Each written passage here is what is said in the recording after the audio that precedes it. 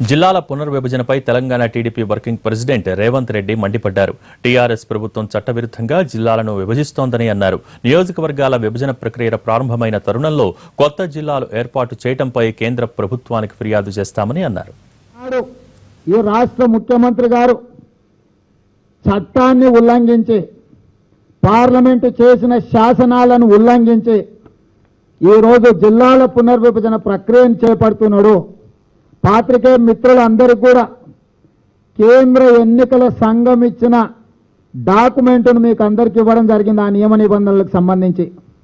అదేవిధంగా పునర్విభజన చట్టం ప్రకారం షెడ్యూల్ 3 క్లాజ్ నెంబర్ 26 ప్రకారం ఇది ఆంధ్రప్రదేశ్ పునర్విభజన చట్టం 2014.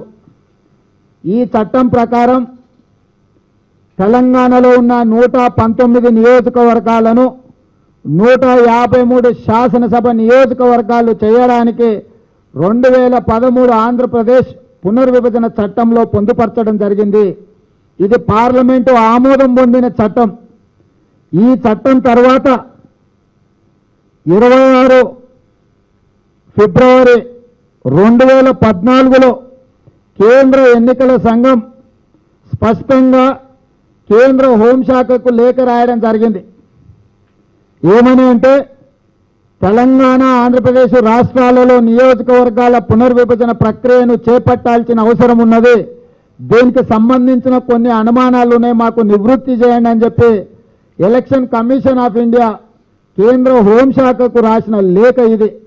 కల్వకుంట్ల చంద్రశేఖరరావు గారు 6 ఫిబ్రవరి 2015 రోజు కేంద్ర ప్రభుత్వానికి లేఖ రాసిండు. 2014 పునర్విభజన చట్టం ప్రకారం తెలంగాణలో ఉన్న 119 నియోజకవర్గాలను 153 నియోజకవర్గాలుగా పునర్విభజన చేయండి, తక్షణమే పరిపాలన సౌలభ్యం కోసం నియోజకవర్గాలను పెంచండి అని చెప్పి రాష్ట్ర ముఖ్యమంత్రి 2015 ఫిబ్రవరి 6 తారీఖు నాడు లేఖ రాసిండు.